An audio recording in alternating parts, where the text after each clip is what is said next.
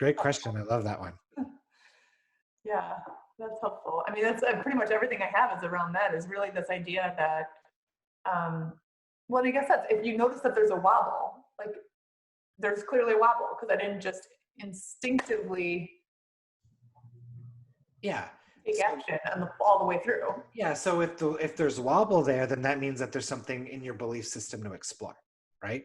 So when you get that impulse, you know, we're here for two things. We're here for joy, and we're here for growth and expansion. So growth and expansion happens outside our comfort zone, right? You're not going to grow and expand if you're just doing the same thing, experiencing the same thing every day.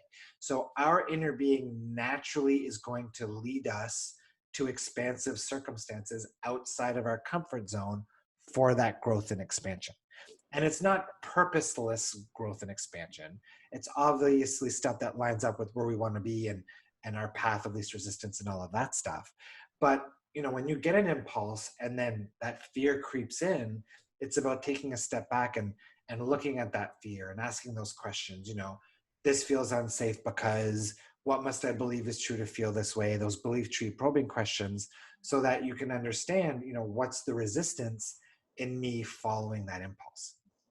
So would you say if you have the impulse, it's always in your highest and best evolution to just continue to take those actions? Absolutely, as long as you're doing it from that place of alignment, right? So somebody who has an impulse to go, you know, do some heroin, that's probably not an aligned impulse.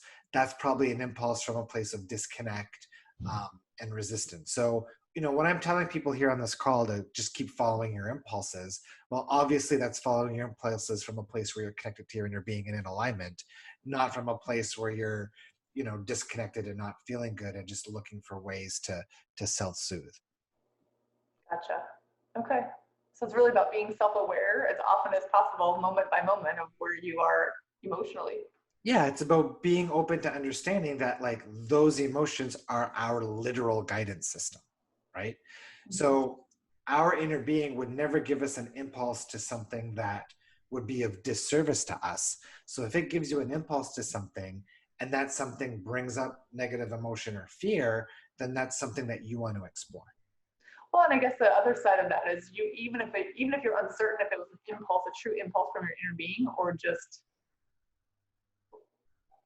like building a momentum from some other vibration that you've been practicing, right? Can you ever, you always say, you can never get it wrong, right? You can, there's never something that you can't recover from. Absolutely. You can never, what is it that Abraham Hicks says? You can never get it wrong and you'll never get it done. Right. So really, it's like, what is the downside of following every impulse to just play it out? Is that there may be some discomfort along the way. Absolutely. It almost reminds me of that Jim Carrey movie. I forget what it's called, Yes Man or something. Oh, yeah. Where Like, he just says yes to everything, right? So yeah. maybe after this call, I'm going to go reflect on that and just start.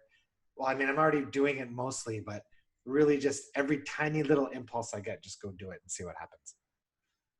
Yeah, that would be a really interesting way to live your life for like a week, right? Totally. But the key again is really doing it from that place of alignment. So doing it from the place of alignment and discerning, like, is this either something that feels exciting or something that will provide relief? Yeah, absolutely. So, you know, what is this impulse? Okay, so it's the impulse to go do this. Does that action feel fun and exciting for me? Or am I getting this impulse because I believe that this action is going to create some kind of outcome that I really hope for? And if the outcome doesn't happen, would I still take that step and follow that impulse? And if the answer is yes, then you want to follow it. Gotcha. So what if you can totally, even though you think like the outcome would be exciting and that may be part of the excitement, but you also can totally appreciate that even if it's not that outcome, it's going to be an outcome that's in your highest and best? Yeah, absolutely. As long as you can appreciate the journey and enjoy the ride, then you're golden. Okay. It's about being focused. Yeah, focus. totally. And if your goal is, you know, to create more leads for your business and the marketing sounds fun and exciting, dive into the marketing, right? Part of what I love about my business is like, I love writing. I love writing books. I love writing copy. I love writing emails. To me, writing is just, it's fun and exciting. So for me, doing it myself is just fun. And like I have, most people, I think the standard email open rate is like 20%. Mine is closer to 50 and sometimes 60%. And it's not because I'm just intellectually good at writing emails. It's because I just enjoy and take pleasure in writing emails and sharing things that are going to help people. So it's not like you're sitting there thinking like, what's the best, No. subject line or the best phrases. You're just simply I acting. I had somebody join the collective a few weeks ago, and this guy runs a marketing entrepreneur business podcast, and he's got over 100,000 followers on Facebook. He's friends with Gary Vee. And one of the first things he says to me is, Nick, like, I learned so much from your marketing. Like, your marketing is genius. Like, I'm jealous of what you put together. And this is literally like what he does for a living, right? Yeah. And I've got very little training in this stuff. I'm just following impulse. Okay. That's inspiring. Yeah, and if it's not exciting, but it's an integral part of your business, then your inner being has a solution for that too. Your inner being can line you up with the right person in the right way, with the right cooperative components to let other people take care of the stuff that you don't want to do. hmm Yeah. Well, part of me is like just intrigued and interested in getting and learning. I like to learn. So learning this aspect of the business, like, oh, this is not something that I know. This is not something that I've done before. So part of me is just the idea of learning it, I think would be fun. Absolutely. And that's the trick. Like, you sound like your mind works like mine, where it's like, yeah, learning, growth, expansion, like figuring stuff out. Like, there's so much pleasure in all of that. Mm-hmm. Gotcha. Okay. Awesome. Awesome. Throw one more question at me.